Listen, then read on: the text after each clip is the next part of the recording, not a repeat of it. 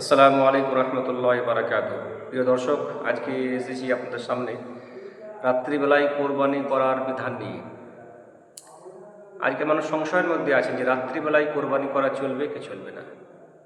পরিস্থিতি অনুযায়ী কোনো সময় রাত্রিবেলায় কোরবানি করা যায় কি যায় না। তো আগে সর্বপ্রথম আমরা সূরা কাউসারের আয়াত শুনব।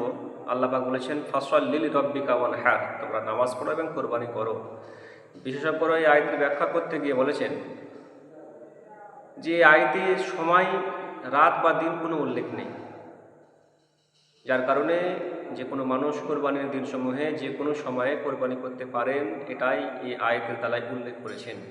তবে কোরবানি কখন থেকে শুরু করা যাবে, এই বিষয়ে ইমাম বুখারী আলাইহি রহমাতুল্লাহ সহিহ বুখারীর 5545 নম্বর হাদিসের বর্ণনাকারী বারা ইবনে আযিব রাদিয়াল্লাহু তাআলা আনহু হতে বর্ণিত। তিনি বলেন, আল্লাহ রাসূল বলেছেন, মান যাবাহা ক্বাবলা সলাতি ফাকাদ যাবাহা লিনাফসিহি, যে ব্যক্তি কোরবানির পশু কোরবানির নামাজ পড়ার আগেই করে ফেললো, সেই ব্যক্তি যেন শুধুমাত্র নিজের জন্য অর্থাৎ খাওয়ার জন্যই সে জবাই করলো, আল্লাহর সন্তুষ্টি লাভের জন্য নয়। ওয়ামান যাবাহা বাদা সলাত, যে ব্যক্তি নামাজ পড়ে অর্থাৎ কোরবানি নামাজের পরে কোরবানির পশু জবাই করলো, ফাকাদ তাম্মা নুসুকুহু, তার কোরবানি পরিপূর্ণ হলো। ও আসাবা সুন্নাতুল মুসলিমিন, এবং সে যেন মুসলমানদের একটা সুন্নতকে পেয়ে গেল বা মুসলমানদের সুন্নত একটা পালন করলো।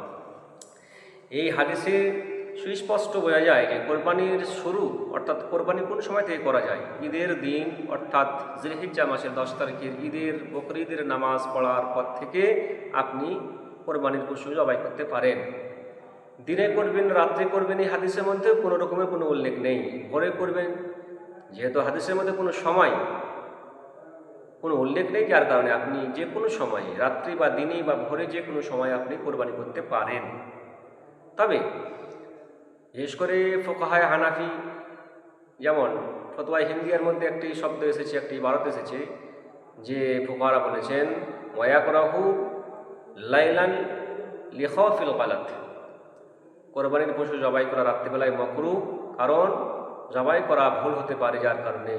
তারপরে বলছেন ফাইন আমিনা, যদি জবাই করার মধ্যে কোনো রকমের ভুল হওয়ার কোনো সন্দেহ, কোনো অবকাশ না থাকে, ফালা কারাহাতা, তাহলে কোনো রকমের কোনো অসুবিধা নেই।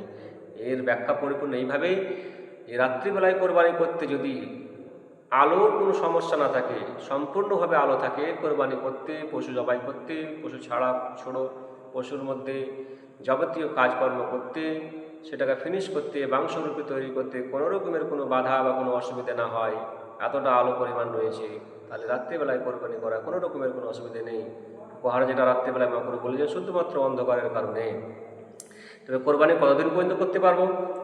কোরবানি আমরা সকলে জানি 3 দিন পর্যন্ত কোরবানি করা যায়।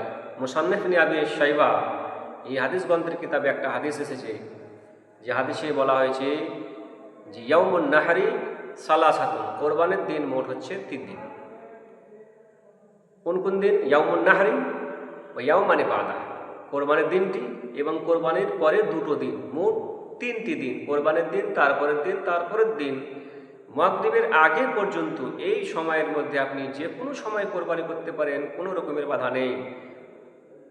এই সমস্ত রাত্রিবেলায় কোরবানি সময়ের পরিপ্রেক্ষিতে, আবহের পরিপ্রেক্ষিতে, সমাজের পরিপ্রেক্ষিতে করা যায় বা করতে পারে, সেই জন্য সুস্পষ্ট পরিষ্কারভাবে বোঝা যায় রাত্রিবেলায় বা ভোরবেলায় কোরবানি করতে কোনো রকমের বাধা বা অসুবিধা নেই।